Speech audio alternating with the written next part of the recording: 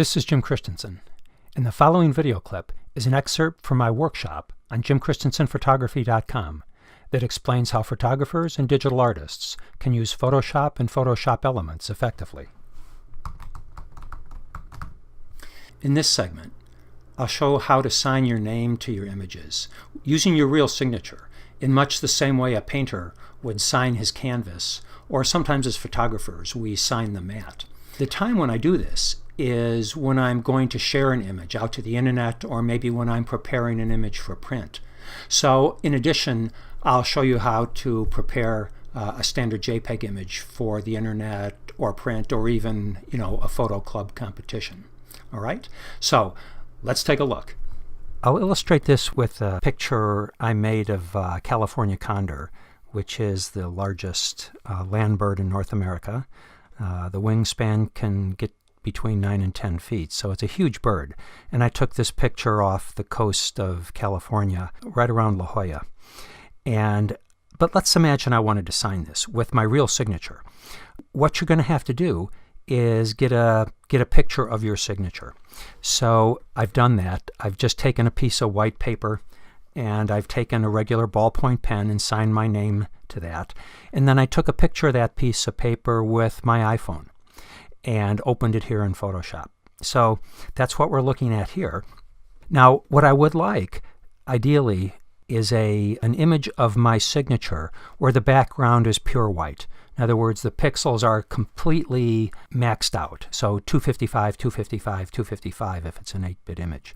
That's not what this image has. If I click on the info panel up here at the top right and I move my mouse pointer out over the image, I can see the whites are pretty white, but they're not completely white, right? If I look up at this area in the info panel up here where the RGB values are being read out, we can see they're over 200, at least on the top there. If I go down underneath, the lighting was a little dimmer down there.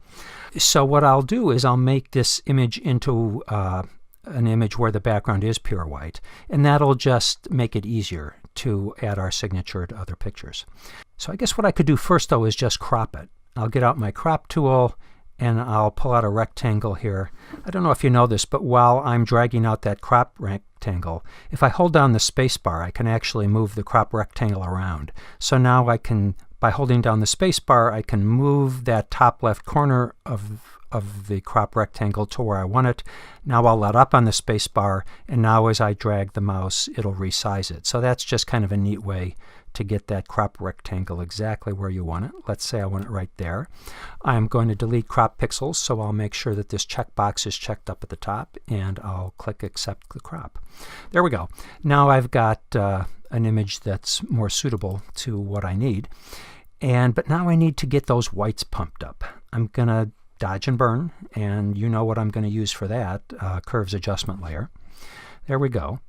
And as I look at the histogram, I can kind of see that this huge spike here in the histogram, that's the white paper, because that's most of the pixels in the image. So if I take my curve and I pull it just left of that, I know that all those white pixels now are going to be maxed out. Let's go back to our info panel, and sure enough, we can see that the adjusted values, which are on the right side of that RGB readout, again, look up here at the RGB readout, we're seeing the before and after values for the RGB pixels on this curves layer. And we can see they started out right around 200, but now I've maxed them out to 255, and even on the bottom. So this is perfect. This is what I would like.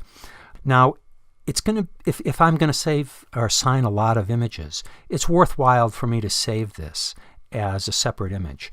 So let's do that. Well, first let's scale it down, because I'll never need to just make a huge, signature across an image.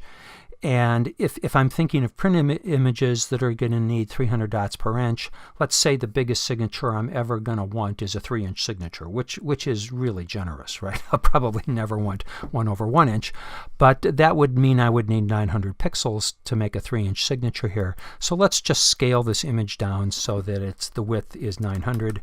We'll let the height be whatever it needs to be to preserve the aspect ratio. So I type 900 into the width. I'm going to click OK. OK, so now we've got an image that's 900 across. And if I save this as a JPEG image, So let's do File, Save As.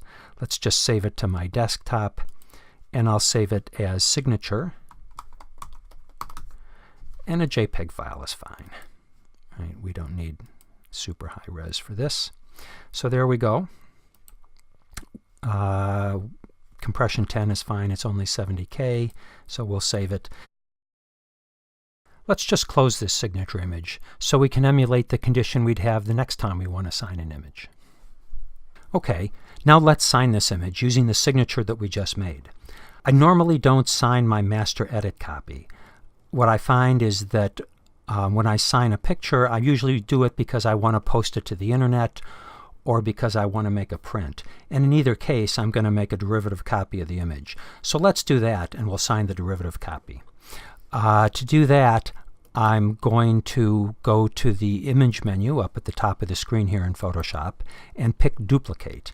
And I do this because I don't want to lose my master edit copy, and sometimes I just forget what I'm doing, so I just make it a practice to always duplicate the image before I make a derivative copy. So I'm going to check this checkbox down at the bottom of the duplicate image dialog here that says Duplicate Merged Layers Only, and the reason for this is I don't need all of the details of the edit here. I just need the composite or aggregate image of all that editing. And by clicking Duplicate Merged Layers Only, it'll flatten the image for me. So I'm going to go ahead and accept the default name here. I'll click the OK button. Now I've got a new Photoshop document. It's called Condor Copy. And we can see over in the Layers panel, there's just a single layer here so that it has flattened it. The next thing I'm going to do is I'm going to put it into the sRGB color space. That's the standard color space that everybody on the internet and every printer understands.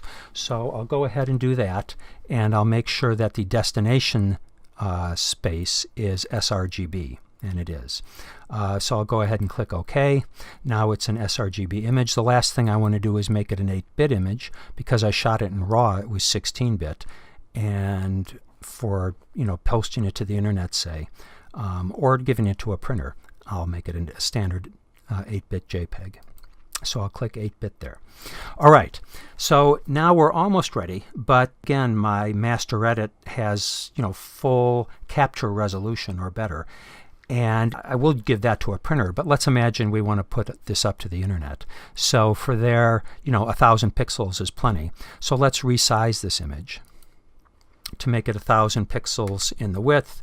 We'll let the height fill in with whatever it needs to preserve the aspect ratio. We'll let Photoshop choose the resampling algorithm since we're just shrinking it down, and we'll click OK. All right, now we have a 1,000 pixel wide image in the standard color space. It's 8-bit. I'm going to hit Command 1 or Control 1 on the PC to view it at actual size. In other words, every image pixel is represented by a display pixel here. And now we're ready to sign it. What we need to do now is on our layer stack, we need to create a new layer with the pixels from that signature image. So again, there's a couple of ways to do that. The way I have been doing that is just to open the second image as a separate Photoshop document and then drag it over into this document. Let's just, for consistency, let's just do it that way. I will open that signature image that we saved. There it is. So it's now a separate Photoshop document. I will undock that from the Photoshop dock bar. I'll just drag it down here. And the reason for that is so I can see the layer for that image, and I'm going to click on that and drag it and drop it right on my Condor. There we go. So now we've got a new layer in the Condor document with the pixels from the signature. It's too big, it's not blending, right? So we still have to fix it up, but we've got a good start at it. Now, what I'm going to do to make it blend is I'm just going to change the blend mode of this layer 2. Right now it's normal, and I'm going to make it multiply. Why? Because multiply just picks the darker pixels from either this layer 2 or the layer below. Now you can see why I wanted the white pixels in this signature to be maxed out. Because when I change the blend mode to multiply, I never want Photoshop to pick pick those background paper pixels. I always want it to pick the darker pixels in the image below, in this case the condor. So that's the reason we worked to make that paper in the signature image pure white, so that they would never show up when we set the blend mode here to multiply. All right, now it's just in the wrong place, the wrong size, so free transform will fix it all for us. So I'm going to make sure layer 2 is the highlighted layer, and I'm going to hit Command T, which would be Control T on the PC. That'll let me scale and move the image. So let's kind of move it down to the lower right corner where we usually find the artist's signature, right about there. Now I'm going to scale it by taking that top left corner and drag it, but I'm going to hold down the Shift key when I do that, so Photoshop will preserve the aspect ratio for me. All right, maybe something like that. Maybe I can move it down a little bit by just dragging. Let's accept that. And if I scroll in one click, we can see there it is. Right? I've signed it just in the way a painter might sign a canvas. Now, as photographers, normally we don't write right on our pictures, right? Normally, if we were going to display this, we would put it in a mat and then sign the mat. So let's emulate that with our digital image here. So what we'd like to do is add a white border or matte surrogate around this image. And to do that, I just have to make the space for this Photoshop document a little bigger.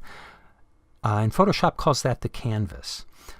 So what we need to do is not change the image size, but change the canvas size for the image. Let's imagine we would like, say it's 1,000 across. So maybe we want a 50 pixel white border around here. So we'll go up to the image menu and pick canvas size. We'll add the space in pixels, and we want 50 pixels on each side, so that would be 100 pixels total in the width, and let's keep it a uniform border, so 100 pixels total in the height. We want that to be relative to the size we have already, so that relative checkbox is what we want checked, and we're going to anchor the image in the center, which will tell Photoshop to add the space uniformly all around the edges. There, we've done it, but instead of white, it's that checkerboard pattern that Photoshop shows us when it has no pixels to show in that area. So we just have to now make another layer. Let's make a brand new RGB layer by clicking on that little icon at the bottom right of the layers panel there. There it is. It's called layer 3. But it doesn't have any pixels on it. It's also empty, so we haven't changed it yet, but we want to move this down to the very bottom of the layer stack. So I'm going to drag and drop it down under layer 1. And now what I'm going to do is fill it with the background color. The background color is white in my foreground background colors here on the left. I'm going to highlight layer 3, and I'm going to press the Command Delete keys on the Mac, which would be Control Backspace on the PC. That fills it with the background color. There it is. Now I'm going to take my signature layer, which is layer 2. I'm going to go get my Move tool, and I'm just going to drag my signature down there.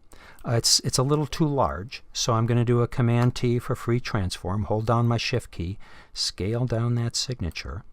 And if I want to see what I'm doing a little more easily, I can hit that Command plus to zoom in. Now I can kind of scale this thing to get it just the right size. Maybe I like it something like that.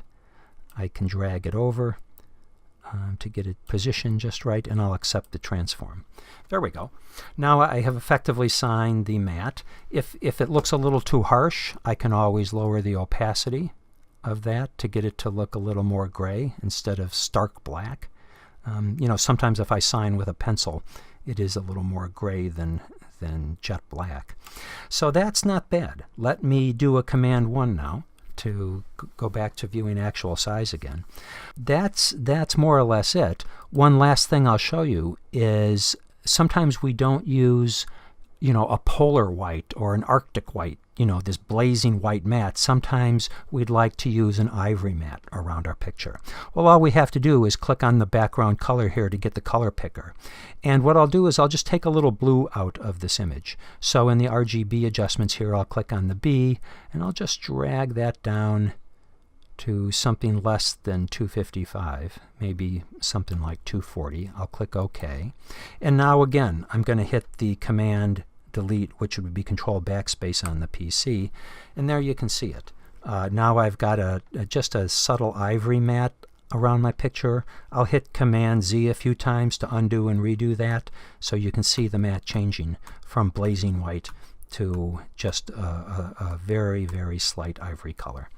All right, so this is basically now the image that I would post to the internet, and of course I would save a standard JPEG image to do that. I would do Save As, and we'll call it Condor for Internet. And instead of a TIFF, I'll make a standard JPEG and hit Save. Compression 10 would be fine. In fact, probably more than I need, but it's certainly sufficient. And there I've got it.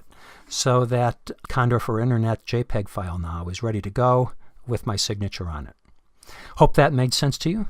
And I find this method works very well for adding my real signature to images that I send to print or post to the internet.